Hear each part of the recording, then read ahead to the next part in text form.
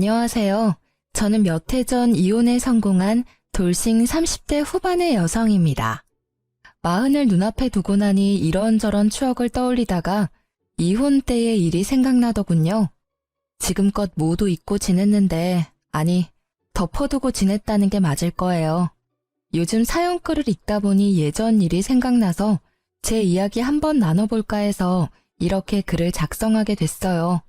저는 현재 간호사로 일하고 있고 예전에도 간호사로 일하고 있었어요. 남편은 지방에 있는 평범한 회사원이었고요. 무엇이든 평범한 저희들에게는 신기한 인연이 있었어요. 가끔 병원에서 일하는 젊은 간호사들은 환자분들한테 간혹 자기 아들이나 손주와 만나보지 않겠냐는 권유를 받게 돼요. 반은 떠보기 위한 말이니 보통은 거절하죠. 그런데 소개팅으로 남편과 만나 결혼을 하기로 하고 남편의 조부모님을 뵙는 순간 깜짝 놀랄 수밖에 없었어요. 병원 오실 때마다 우리 손주 만나보라고 하던 할머니셨거든요. 결혼 후 이 인연을 소중히 하자고 생각하고 5년을 잘 지냈어요. 사실 조모의 애정이 크다 보니 정작 시모와는 사이가 그리 가깝지는 않았어요. 그래도 제가 조부모의 사랑을 받는 걸 시댁에서는 싫어하지 않았죠. 서울 사람이 들으면 지명도 잘 모를 지방이긴 했지만 근방에서도 조부는 땅 부자, 알 부자로 주변 사람들에게는 알려져 있었거든요. 그래서인지 조부모와는 지금처럼 잘 지내길 바라는 눈치더라고요. 땅 상속에 유리할지도 모른다면서요. 그런 욕심이 나쁘다고 생각하진 않았어요. 솔직히 견물생심이라고 가까이 있으니 그런 마음이 생기는 거고 세상에 욕심 없는 사람이 어디 있겠어요? 주는 거면 감사히 받고 안 주더라도 원래 제 것이 아니니 원망할 일도 없는 거죠. 그렇게 저는 결혼 1년 만에 아들도 낳고 잘 지냈어요. 그런데 그 속담 아시나요?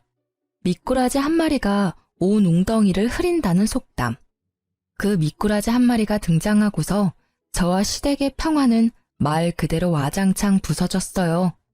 바로 결혼했던 남편의 누나 신우가 이혼 후 돌아오면서 모든 일이 시작됐어요. 저와 시댁 사이를 갈라놓는 유일한 미꾸라지가 바로 이 신우였거든요. 시모는 결혼 전 제가 간호사라는 걸 탐탁치 않아 했어요. 보통은 집에 의료계통 일하는 사람이 있으면 좋아하는데 유독 시모가 마음에 들어하지 않는 눈치라 왜 그런지 이유를 알아봤거든요. 그랬더니 시모 뒤에서 시모에게 이상한 이야기를 흘려놓는 사람이 있더라고요. 그 사람은 바로 신우였어요.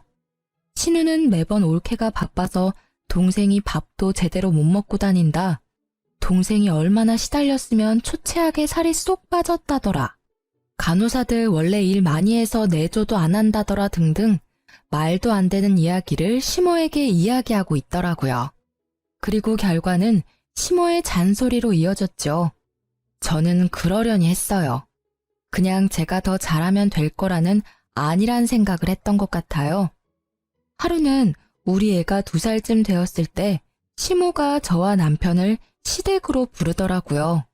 그리고는 청천벽력 같은 소리를 하더라고요. 예, 오늘부터 네 누나 너희 집에서 살 거야. 그렇게 알고 준비해. 뜬금없는 통보였어요. 한 번도 이 일에 대해 이야기가 된 적이 없었거든요. 저는 당황해서 시모에게 말했어요. 어머님, 갑자기 무슨 말씀이세요? 형님이 저희 집에서 산다니. 그 말 그대로야.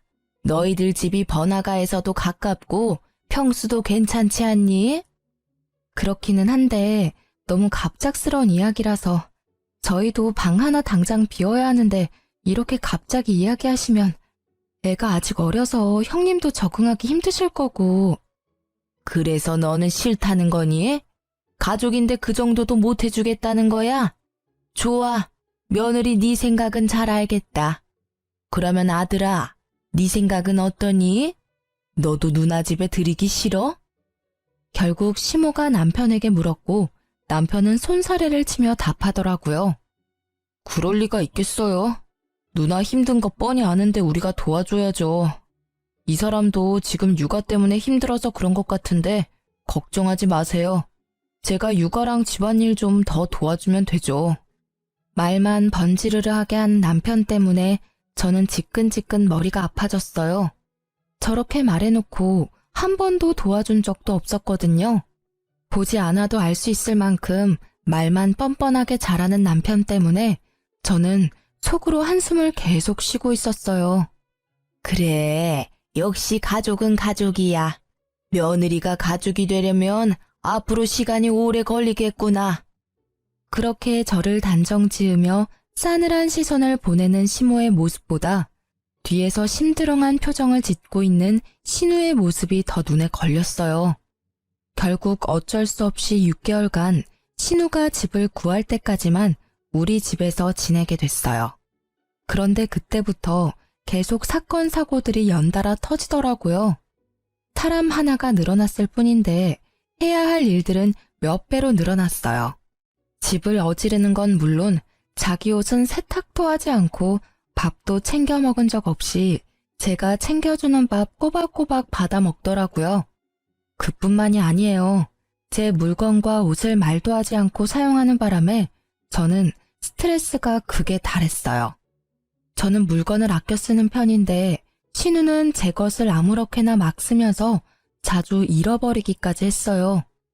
그렇게 잃어버린 제 물건이 손가락의 개수를 넘어갈 때쯤에는 저도 참을 수 없었어요. 그렇지만 무턱대고 뭐라 할 수 없었기에 몰래 안방에 홈캠을 달아놨어요. 제 물건은 모두 드레스룸에 넣어두기 때문에 남의 안방에 들어오지만 않으면 될 일이잖아요. 그렇게 홈캠을 달고 일주일도 지나지 않아 신우와 저는 한판 싸우게 됐어요.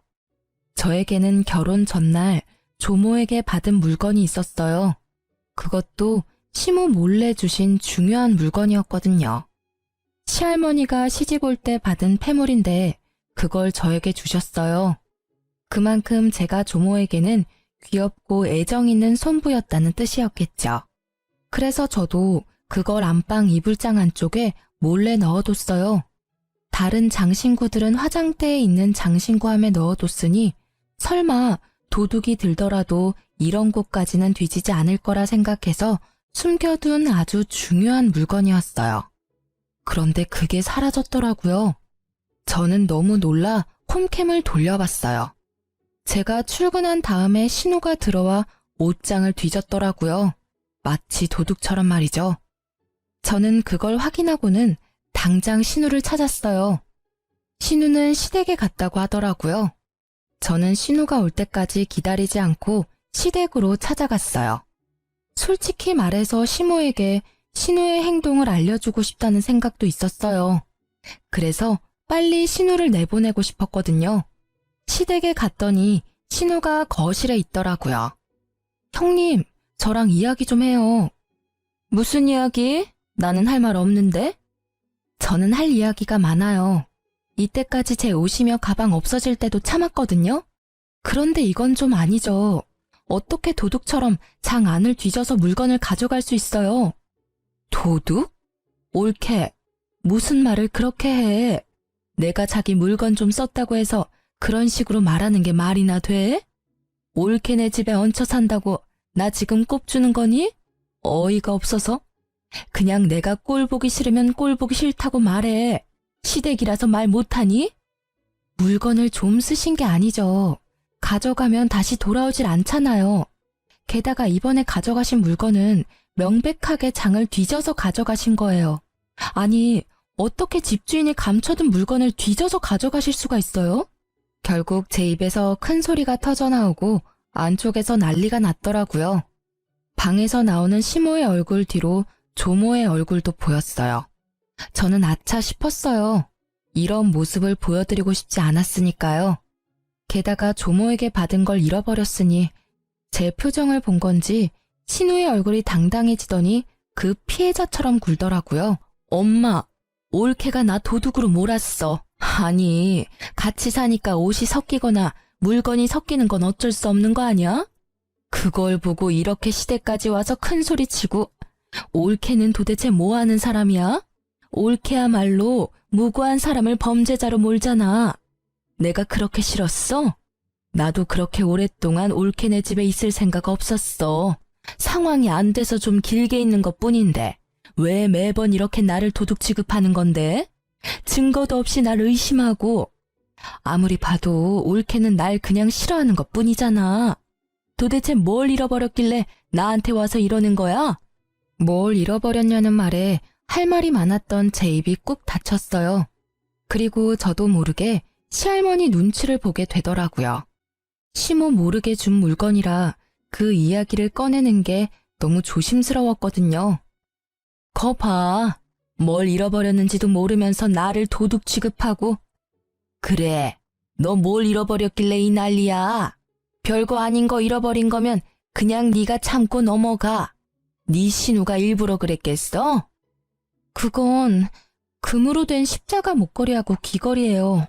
요즘 건 아니고 좀 오래된 장식이긴 한데 그건 정말 소중한 거라서. 아니, 넌 꼴랑 목걸이 하나 때문에 이 난리를 피운 거야? 차라리 내가 돈으로 주마. 그 정도로 이 소란을 떠는 거야? 시모는 별거 아니란 식으로 이야기했고 그 말을 들은 신우는 느긋하게 고개를 끄덕이더라고요. 그게 중요한 게 아니죠, 어머님. 전 그걸 장롱 안쪽에 깊숙하게 숨겨놨어요. 그런데 그걸 형님께서 가져간 거예요. 그건 장 안쪽을 뒤지지 않으면 못할 행동이라고요. 아니, 보자 하니까. 내가 그랬다는 증거 있어? 증거도 없으면서 사람 범인 취급하면 안 되지. 저는 결국 폰을 열어 홈캠에 저장된 영상을 보여줬어요. 신우와 시모, 조모가 그 동영상을 보았죠. 그걸 보고도 신우는 큰 소리 치더라고요. 그래, 가져갔어. 그치만 그딴 싸구려 비싼 것도 아니잖아. 같이 살면 빌려줄 수도 있는 거고. 솔직히 뒤져서 가져갔든 우연찮게 가져갔든 가족인데 이렇게 의심해서 홈캠까지 설치하고. 진짜 치졸하다. 어떻게 이렇게 사람을 함정에 빠지게 만들어? 그래, 너도 좀 너무했다. 물건이 없어지는 게 아무리 싫어도 이런 식으로 사람을 시험하듯이 카메라를 설치하고 그러면 안 되지. 그리고 그런 거 설치했으면 말을 해줬어야 되는 거 아니야? 네가 그걸 설치했다고 했다면 얘도 더 이상 그런 행동은 안 했겠지. 저는 시모의 말에 더 어이가 없었어요. 그게 무슨 말씀이세요? 제가 카메라를 설치하든 말든 카메라에 대해 말하든 말든 그런 행동은 전혀 해서는 안 되는 나쁜 일이죠. 다른 사람의 물건에 손을 대면 안 된다는 거는 기본적인 거라고요. 저만 이 상황이 이상한 거예요? 정말 이상했어요. 시모도 신우도 그걸 전혀 이상하다고 생각하지 않는다는 것이요. 그렇지만 그곳에는 조모도 같이 계셨잖아요. 결국 조용하게 듣고만 있던 시할머니가 신우에게 말했어요. 너 저 물건 정말로 가져갔니? 잠깐만 빌릴 생각이었어요. 솔직히 그렇게 예쁘고 귀한 것도 아니고 왜 장 안에 숨겨놨는지 이상할 정도로 옛날 물건이었다고요. 저도 눈이 있는데 그딴 걸 하고 싶었겠어요? 그럼 대체 왜 가져간 거예요? 디자인도 옛날 거고 예쁘지도 비싸지도 않은데 그냥 놔두셨으면 될 일이고 애초에 뒤지지만 않았어도 그냥 올케가 애지중지하는 거라 궁금했던 것뿐이야. 그럼 지금 당장이라도 돌려줘요. 그딴 거 어디 있는지 내가 알게 뭐야? 그게 뭔데 나한테 이러는 건데? 그거 내가 손부 결혼식 전날에 너희들 몰래 준 폐물이다. 내가 물려받아서 가지고 있던 거 그거 줬어. 그러니까 지금 당장 내놓는 게 좋을 거야. 네 눈에는 싸구려처럼 보여도 나는 그걸 내 시어머니한테 물려받았으니까. 시할머니의 말에 신우는 물론 시모의 얼굴까지 하얗게 질렸어요. 저는 잃어버린 것도 죄라는 마음으로 고개를 숙였어요. 그런데 조모의 말에 신우의 변명이 더 웃겼어요. 할머니, 제가 그냥 판 거 아니에요. 올케가 나한테 돈을 안 줘서 그런 거라고요. 집에 돈이 있는데 나한테 한 푼도 안 주니까. 너 지금 그걸 말이라고 하는 거니? 애미야, 너는 도대체 딸 자식 교육을 어떻게 시킨 거야? 올케 돈이 네 돈이니? 거기다 돈 맡겨놨어? 지금 그 집에 식충이처럼 들어가 살면서 숙박비 한 푼도 안 주는 네가 돈을 왜 요구해? 조모의 호통에 시모의 어깨가 더 쪼그라들었죠. 그러나 시모의 얼굴은 좋지 않았어요. 혼나서라기보다는 며느리 앞에서 조모에게 혼나는 게 자존심 상한 것처럼 보였거든요. 긴 말할 것도 없고 그 물건 당장 찾아와. 어디다 팔았는지는 모르겠지만 그거 안 가져오면 우리 재산은 너희 집에 한 푼도 안 줄 거야. 결국 상속이라는 히든 카드를 꺼내들자 시모의 얼굴이 더 급해졌어요. 얘, 너 어디다 팔았는지 빨리 말해.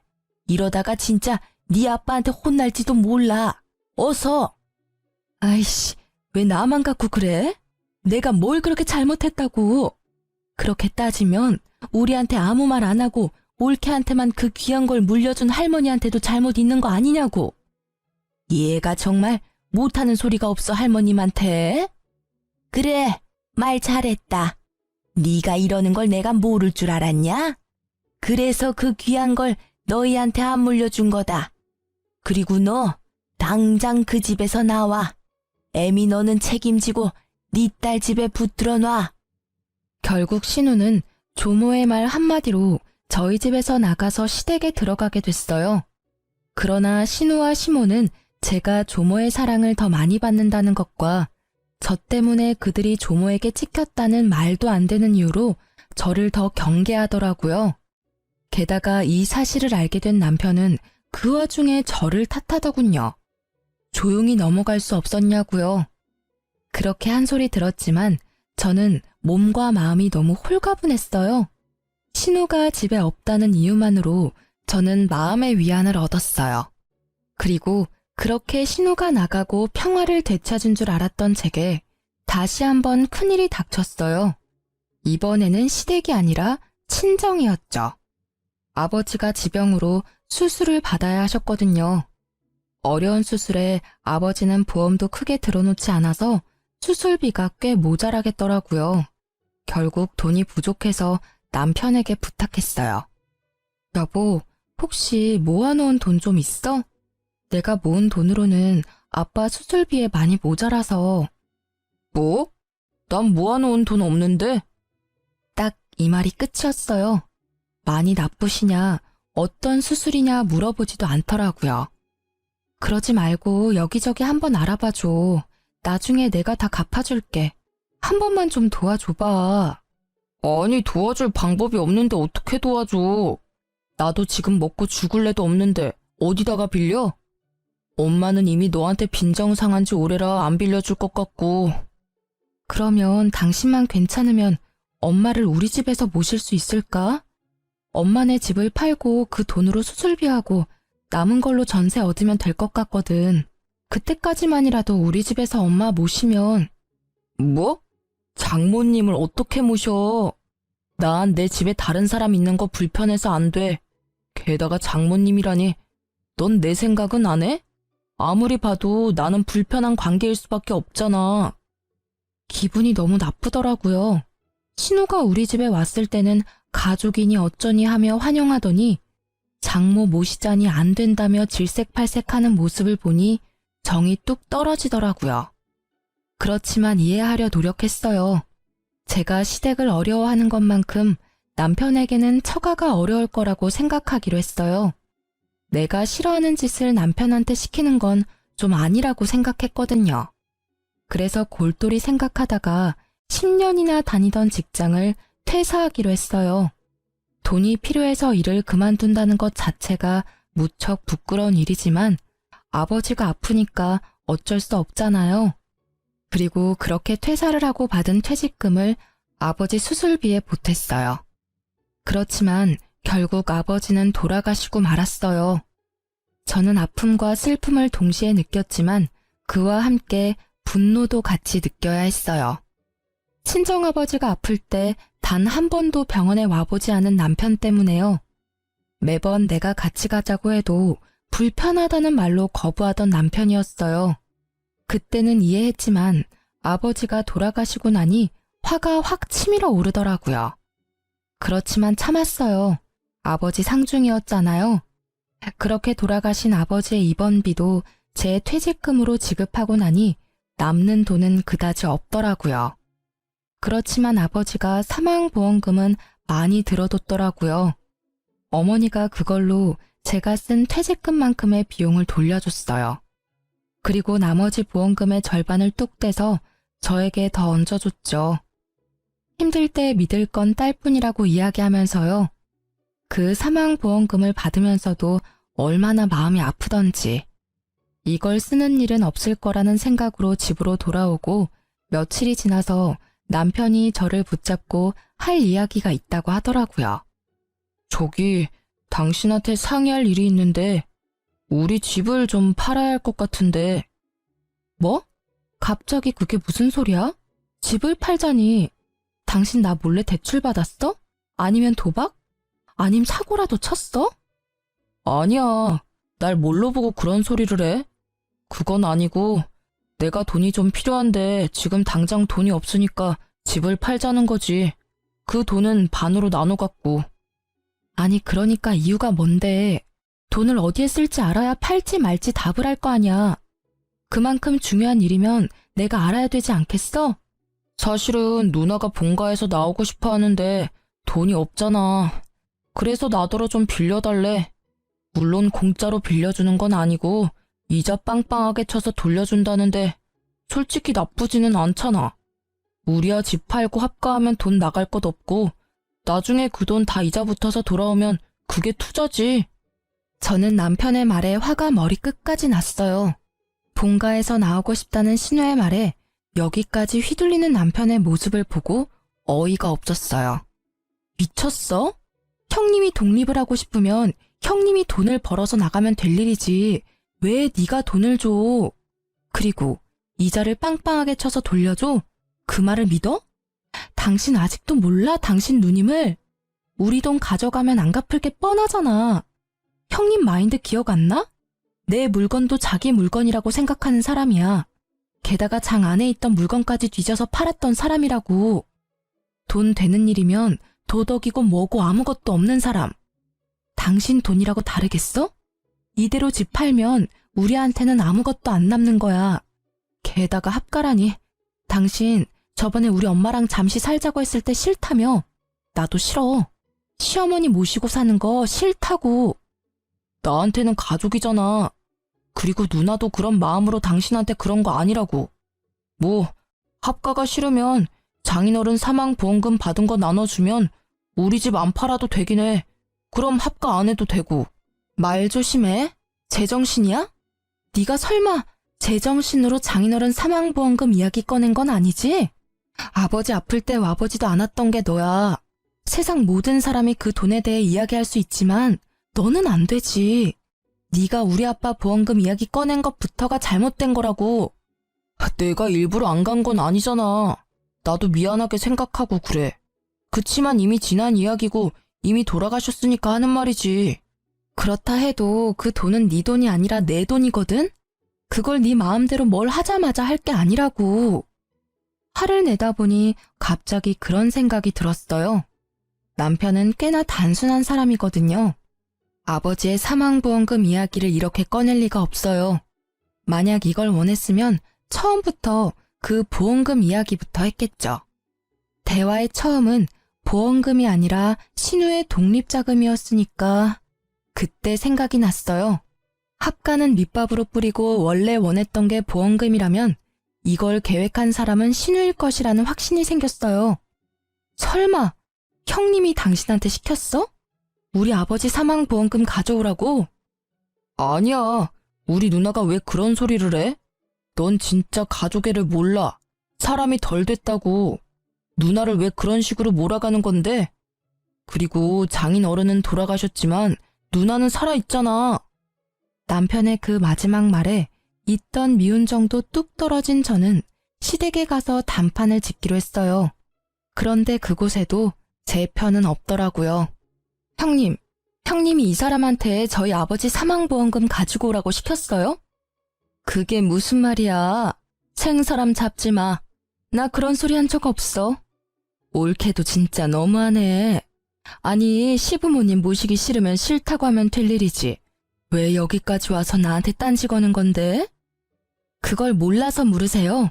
솔직하게 말해서 이 사람 우리 아버지 사망보험금 있다는 거 알았어도 그다지 신경 안 쓰고 있었거든요. 그런데 그걸 누나 집 사는데 사용하자고 하니까 이상하잖아요.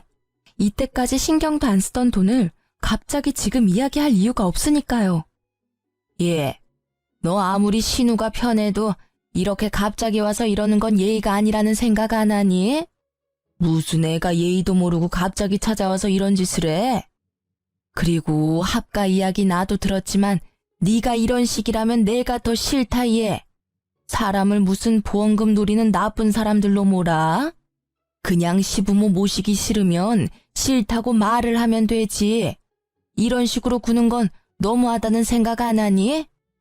이 일을 일으킨 신우에 대한 잘못을 이야기하는 사람은 아무도 없고 이곳까지 와서 신우에게 따진 저를 시부모 모시기 싫은 며느리로 몰아가더라고요. 결국 저는 참을 수가 없었어요. 알았어요. 저도 이런 일로 이렇게 부딪히는 거 더 이상 피곤해서 안 하려고요. 당신, 우리 이혼해. 나는 합가 못하고 아버지 보험금도 못 줘. 그러니까 이혼하고 재산 분할해. 그리고 나서 그 돈으로 당신이 형님한테 돈을 주던지 말던지 알아서 해. 당신도 알겠지만 이 이혼의 원인은 당신한테 있으니까 나는 절대로 애는 안 뺏길 거야. 제 말에 남편이 먼저 반응했어요. 뭐? 이혼하자고 하면 내가 무서워할 줄 알았어? 해! 내가 왜 못해? 어차피 이혼하면 나보다 당신이 더 힘든 거 알지? 한 입으로 두말하지 말라고. 나중에 나한테 돈이 없으니 빌려달라니 뭐 그딴 말은 하지 말라고. 애는 안중에도 없고 그저 돈. 이 사람이 내가 결혼한 그 남자가 맞나 싶더라고요. 그래, 둘이 헤어지면 되겠네. 여자가 이혼하고 나면 얼마나 웃긴 꼴을 당하는지 모르지? 다른 사람들한테 욕 얻어먹는 건 너야. 시어른 모시기 싫어서 이혼한다는 며느리. 잘 됐지. 알아서 나가준다니. 시어른 모시고 못 모시고가 중요한 게 아니거든요. 장인 사망보험금을 자기 누나 집 사는데 보태겠다는 남편과 시댁이 어이없어서 이혼하는 거예요. 어떻게 남의 아버지 사망보험금을 넘봐요? 여기 있는 사람들 중에 우리 아버지 아플 때 병문안 온 사람이 한 사람이라도 있긴 해요. 진짜 뻔뻔하고 부끄러움을 모르는 사람들이 누군데? 저는 빽 고함을 질러주고는 뒤도 보지 않고 집에 와서 아이와 제 짐을 싸서 집을 나갔어요. 이혼할 때까지 얼굴도 마주하고 싶지 않았거든요. 물론 이혼 서류도 바로 작성해서 보내기로 결정했죠. 그렇게 나오니 화는 여전했지만 그래도 조금은 속이 편했어요. 그 인간들 얼굴 안 봐도 되니까요. 이혼 과정도 순탄치만은 않았어요. 소송 중에 남편은 저를 가족에 충실하지 않은 아내로 몰아가더라고요. 그래서 저는 신우와 남편, 시모의 괴롭힘을 이혼 사유로 밀고 나가기로 했어요. 이때만 해도 남편의 조부모님은 우리의 이혼 소송을 알지 못하는 상황이었어요. 안 봐도 눈에 훤했죠. 제가 조모에게 관심받는 걸 아는 시모가 어떻게든 그걸 숨긴 거겠죠. 아마 결과가 자기들한테 좋게 나오면 이야기하려 했을 거예요. 그렇지만 그렇게 되기 전에 조부모님과 저는 우연한 기회로 다시 만나게 됐어요. 바로 저의 새로운 직장에서요. 제가 퇴직하고 직장 자리를 알아보던 중에 요양병원을 소개받아 일자리를 옮기게 됐거든요. 그런데 그곳에 조모와 조부가 찾아오셨더라고요. 물론 제가 있어서 온 건 아니어서 저를 보시고는 깜짝 놀라셨죠. 보니까 다른 보호자를 데리고 오지 않은 것 같더라고요. 그날 조모는 초기 치매를 진단받았어요. 조부는 제가 이 병원에 있는 걸 보더니 조모를 이곳에서 케어하길 바라더라고요. 아무래도 최근 노환으로 거동도 많이 불편해지는 바람에 집에서 돌보실 수 없는 상황이 된 것 같았어요. 그래서 저는 여기 모시면 제가 최대한 손 닿는 데까지는 잘 보살펴 드리겠다고 했죠. 조부는 그걸 고마워하고 입원 수소까지 마쳤어요. 그렇게 조모가 입원하고 한 달이 되고 결국 조부를 제외한 어느 누구도 병원을 찾지 않더라고요. 그런데 딱 한 달이 되는 날에 병원으로 가족들이 우르르 찾아왔더라고요. 물론 그 중에는 이혼 소송 중인 남편도 있었죠. 그 사람은 퇴근길에 제게 전화해 잠시 만나자고 하더라고요. 무슨 일이야? 바쁘니까 빨리 끝내줄래? 많이 바빠. 그럼 내가 당신 집으로 가서 이야기해도 될까? 지금은 어디 살고 있어? 혼자서는 많이 힘들지? 갑자기 내 생각해주는 척 말하는 남편이 굉장히 수상해 보였어요. 애가 혼자 기다려서 그런 거니까 빨리 용건만 말해. 당신 혹시 집으로 다시 돌아올 생각 없어? 당신한테 서운하게 했던 건 내가 다 미안하게 생각해. 앞으로 절대 그럴 일 없도록 노력할 테니까 이혼 소송 취하하고 돌아와. 뭐? 내가 왜 그래야 하는지 이유를 설명해봐. 설마 고양이 쥐 생각해주는 건 아닐 테고. 당신이 선량한 마음에 나와 아들을 생각해서 그러는 것도 아닐 테고. 왜? 신우가 또 돌아오라고 시켰어? 이번에는 뭐가 목적인데? 목적이라니 그런 거 아니야. 그냥 당신이 그 병원에 있는 걸 보니까 당신하고 나한테 모두 도움이 될 일이라고 생각해서 이런 제안을 하는 거지. 절대로 다른 뜻은 없어. 그래서 뭐가 우리 둘한테 도움이 되는 일인데. 잘 들어봐. 할아버지가 어제 오셔서 할머니를 잘 모시는 사람에게 가지고 계신 땅을 모두 주겠다고 하셨거든. 근데 병원에 딱 당신이 있잖아. 할머니도 당신한테 의지 많이 하고 있고 당신도 땅 가질 수 있는 절호의 기회지. 그리고 누나도 당신한테 사과하고 싶다고 하기도 했고. 그래서 사실 이번에 만나면 꼭 우리 본가에 당신 초대하라고 했었거든. 그 말에 진짜 어이가 없더라고요. 딱 보니 병수발은 나한테 맡겨두고 땅은 자기들이 꿀꺽할 생각이면서 마치 저한테 땅이라도 챙겨주겠다고 이야기하는 그 사기꾼 같은 얼굴이 진짜 짜증났어요. 게다가 더 열받는 건 이 생각이 모두 남편 머리에서 나온 게 아니라는 사실 때문이죠. 이런 생각은 역시 신우가 아니면 못할 생각이에요. 남편은 굉장히 단순하거든요. 하도 간곡히 부탁하는 남편 때문에 시댁에 한번 방문했죠.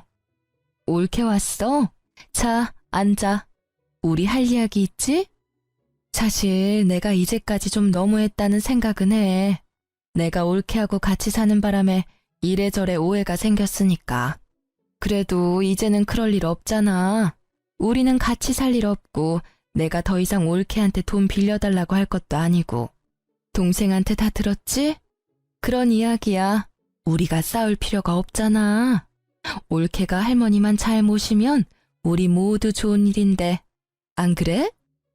이 말을 듣는 저는 신우의 뻔뻔함에 기가 찼어요. 딱 봐도 제게 사과를 하겠다는 의도보다는 그저 조부의 땅을 위해 우리 사이에 오해가 있다는 얄팍한 말로 자기 합리화를 시키고 있더라고요. 그 의도가 너무 뻔해서 저는 코웃음을 치며 말했어요. 그래서 지금 저한테 할머님 모시고 땅 받아오라 이 말씀이세요? 그 땅 때문에 이제 와서 저한테 사과 아닌 사과 하시는 거고요. 형님의 그 말이 사과가 맞긴 해요? 미안하다 잘못했다 한마디 없는 사과도 있네요. 그쵸? 그리고 할머니 모시면 저한테 땅을 주긴 할 거예요. 저는요, 한 번 속지 두 번은 안 속아요. 여기 있는 사람들이 저 이용하려는 거 눈에 훤하거든요. 차라리 깨끗하게 이혼하고 여기서 빠질게요. 잘 됐네. 우리도 올케 입장 확인했으니까 됐어. 올케가 지금 어정쩡한 상황이라 우리도 곤란했거든. 땅 욕심 없으니까 경쟁에는 안 끼일 테니까 하루라도 빨리 이혼해. 그럼 이제 우리 집에서 나가줄래? 제가 하지 않겠다고 말하니 아주 빠르게 제 집에서 나가라며 사람을 잡상인 취급하는 신우를 보며 저는 고개를 저으며 밖으로 나왔어요. 이 사람들은 그저 혹시라도 저한테 땅이 돌아갈까봐 걱정하며 제 생각을 확인하려던 거였더라고요. 그리고 그렇게 이혼 소송은 굉장히 빠르게 진행됐어요. 오래 걸릴 거라고 생각했는데 신우가 저와 남편이 연결되어 있으면 땅이 혹시라도 저한테 올지도 모른다는 생각이었던 것 같아요. 그래서 소송은 제가 원하던 대로 마무리가 잘 됐어요. 저는 재산 분할을 받았고 아버지의 사망보험금 받은 걸로 새로운 집을 얻었죠. 그런데 얼마 지나지 않아 그 사람들이 그렇게 걱정하던 일이 제게 벌어졌어요. 조부가 저를 댁으로 부르더라고요. 저는 조부가 증손을 보고 싶어 한다고 생각해서 아들을 데리고 갔는데 거기에는 이미 성객들이 있더라고요. 시부모와 신우, 전남편까지요. 내가 오늘 이야기를 들었는데 너희들 이혼했다는데 그게 맞냐? 네, 할아버지. 저희 이혼하고 이제 남입니다. 그런데 이 사람은 왜 부르셨어요? 그래, 그게 사실이었구나. 그렇다면 내가 가진 땅 하나를 손부에게 줄 생각인데. 할아버지, 말씀은 똑바로 하셔야죠. 손부라니, 여기 손부가 어디 있어요? 쟤는 남남이라고요. 동생이랑 이혼하고 아무것도 아닌 사람이요. 그렇다고 저기 있는 증손이 내 핏줄이 아닌 건 아니지 않냐? 안 그러냐? 그 말에 아무도 대답을 못했죠.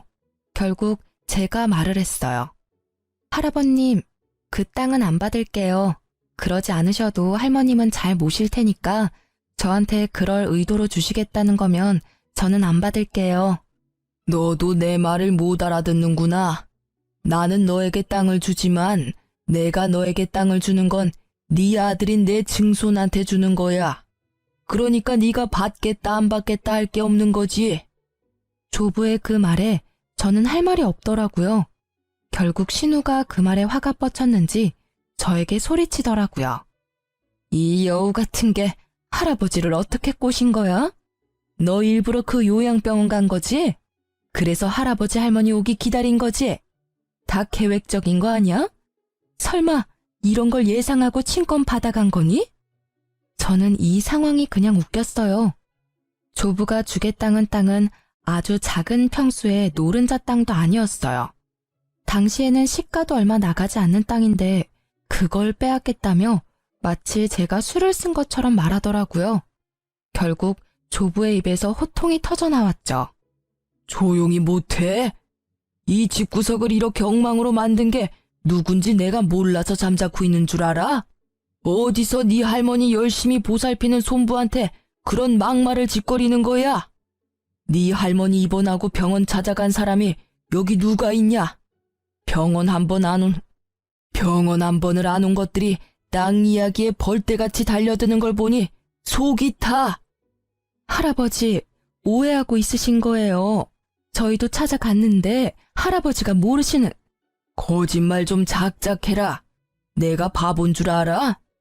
너희 할머니가 치매라서 완전히 간 줄 알지? 아직 초기라서 멀쩡할 때가 더 많아. 너희들 하는 걸 보니 나 아플 때 병원 들어가면 너희들이 어떻게 할지 눈에 뻔히 보여. 내가 손부에게 땅을 준 건 너희들에게 보내는 경고야. 이번에 새로 유언장을 작성했고 거기에는 내가 죽을 때까지 나를 가장 잘 돌본 사람에게 내 전 재산을 물려주기로 했다. 그러니 그렇게 알고 있어. 조부의 말에 그 자리는 정적으로 가득 찼어요. 저를 탓하는 게 중요하지 않다는 걸 이제야 깨달은 가족들은 서로 눈만 굴리며 어떻게 해야 그 땅을 받을 수 있을지 생각하고 있는 것 같더라고요. 결국 그날 이후로 시댁 식구들은 제게 연락을 안 했어요. 그렇지만 전 남편은 제가 조모와 조부를 잘 모실 수 있다 생각한 건지 매번 연락해왔어요. 다시 한번 잘 생각해봐. 우리가 다시 합치면 할아버지 땅 고스란히 우리한테 들어올 거라니깐. 이것도 형님이 시켰어? 참 당신도 변함없다. 나는요, 장인어른 아플 때 코빼기도 보이지 않은 너 같은 인간하고 같이 사는 건 지옥이라고 생각하거든요. 그러니까 여기서 시간 낭비하지 말고 다른 여자 찾는 게 더 빠를 거야. 결국 그 뒤로 남편은 연락을 뚝 끊었어요. 그 몇 년 후 조모는 돌아가시고 조부도 병원에 입원하게 됐어요. 가족들의 반발에도 조부는 제가 있는 요양병원에 오게 됐죠. 시댁 식구들은 돌아가며 조부의 병문안을 오더라고요. 그 와중에 전 남편은 재혼을 해서 재혼한 아내를 데리고 왔더라고요. 알고 보니 요양보호사 자격증이 있더라고요. 그 여자가 아침부터 저녁까지 조부를 케어하더라고요. 딱 보니 그렇게 하면 조부의 땅을 자신이 가질 수 있을 거라 생각한 것 같더라고요. 자기는 온 지 10분도 안 돼서 바쁘다며 나가버리는 주제에. 그리고 한 달 뒤 전 남편이 조부를 보러 왔을 때 조부가 말하더라고요. 너는 네 아내만 보내면 네가 땅을 받을 수 있을 거라 생각한 모양인데 만약 계속 이렇게 손부만 보낼 시에 그 땅은 네 손부 명의로 줄 거다. 너한테는 한 푼도 안 줄 거야. 네가 나를 돌본 게 없으니 한 푼도 줄 필요가 없겠지. 안 그러냐? 결국 그 조부의 말에 대리인을 내세워 조부를 케어하던 시댁 식구들은 부랴부랴 병문안을 매일 번갈아가며 경쟁적으로 오더라고요. 그 전 남편의 재혼한 아내의 일도 알고 보니 형님이 그렇게 조종한 거였더라고요. 그 뒤로 조부는 요양원으로 들어가게 됐고 꽤 한참 뒤에 조부의 소식을 들었어요. 알고 보니 조부는 이미 자신의 모든 재산을 사회에 환원하기로 결정한 상태였더라고요. 일부러 가족들의 버르장머리를 고치려고 그런 거짓말을 해서 마지막까지 자신을 돌보도록 만든 거였더라고요. 결국 조부 임종 직후 자신들에게 떨어질 것이 단 하나도 없다는 걸 알게 된 가족은 닭 쫓던 개의 신세가 된 거였어요. 특히 조부 재산만 믿고 돈을 펑펑 쓰던 형님은 모든 것을 잃고 시댁에 다시 돈을 벌렸는데 시댁 또한 조부의 재산이 없다는 걸 알고서는 형님에게 줄 돈이 없다며 집에 오지 말라고 매몰차게 대했대요. 알고 보니 형님이 시댁에 갈 때마다 비싼 물건을 몰래 가져가 팔아버리는 바람에 집에 들어오지도 말라고 했다고 하더라고요. 솔직히 저한테 그런 짓을 했을 때 미리 손절하거나 따끔하게 이야기해뒀으면 그런 일 없었을 테지만요. 그리고 전 남편은 결국 두 번째 아내와도 이혼하고 나이 40에 부모 집에 같이 살게 됐다고 하더라고요. 재산 분할하면서 받은 돈은 신우에게 빌려줬는데 돌려받지 못했고 이후 조부의 유산을 기대하며 돈을 끌어다 쓰는 바람에 이쪽도 개털이 됐다고 하더라고요. 결국 김칫국부터 마시고 모든 걸 말아먹은 이 집안 사람들은 모두 빈털터리가 되고 서로를 못 믿는 상황까지 간 거죠. 이후에 우연한 기회에 전 남편을 만나게 됐는데 엄청 후회하고 있더라고요. 그때 당신이 울었던 것 같아. 누나 말을 듣지 말았어야 했어. 내가 빌려준 돈은 여전히 갚지 않고 있고 나로도 모자라 어머니 아버지 재산까지 축 내고 있으니 내가 그때 왜 그랬는지 모르겠어. 진짜 귀신에라도 씌었던 것 같아. 남 탓할 게 뭐가 있겠어. 당신이 다른 사람을 보는 눈이 없었던 게 문제지. 솔직히 객관적으로 보면 그 당시 형님의 행동은 진짜 상식으로는 이해 불가능했어. 아무리 팔이 안으로 굽는 가족이라도 적정한 선이라는 게 있는데 그걸 한참 넘은 상태였는데 아무도 그거에 의문을 품지 않았으니까. 어떻게 보면 당신이 뿌린 씨앗이지. 당신은 나와 가정을 이루었는데 신우를 더 믿었잖아. 저는 그렇게 이야기해줬어요. 그게 사실이었으니까요. 진짜 신우라는 미꾸라지 한 마리가 이 집안을 온통 헤집어 놓고 사라진 거죠. 저는 이 집안과 더 이상 관련 없이 잘 지내고 있어요. 솔직히 이혼하면 힘든 일이 많다고 하지만 저는 마음이 편했어요. 제 몸은 일과 육아의 병행으로 힘들었지만 마음만은 너무 편안했거든요. 지금은 그 아들도 많이 커서 아들만 바라보며 살고 있어요. 재혼은 하고 싶은 마음이 들지 않더라고요. 그 사람을 못 잊는다는 그런 감상적인 이유 때문이 아니라 또 그런 모습을 볼까봐 걱정되는 마음이 있기 때문이에요. 그리고 지금은 아들에게만 집중하고 싶고요. 어떤 사람들은 그게 뭐가 재밌냐고 그래도 연애 정도는 하고 살라고 하는데 저에게는 지금 이 삶이 너무 재미있어요. 연애보다는 나를 만들어가는 시간이 더 의미 있고요. 이렇게 쓰고 보니 참 파란만장한 이혼이었네요. 지금 보니 웃기기도 하고 실소가 터지기도 하지만 당시에는 어찌나 스트레스를 많이 받았는지 몰라요. 혹시라도 이혼 위기에서 힘들어하는 분들이 보신다면 시간이 지나고 나면 이 모든 일들도 그저 하나의 사건에 지나지 않게 된다는 걸 알게 되실 거예요. 아픔은 아픔으로만 남지는 않더라고요. 두려움보다는 용기가 더 필요할 때도 있는 법이고요.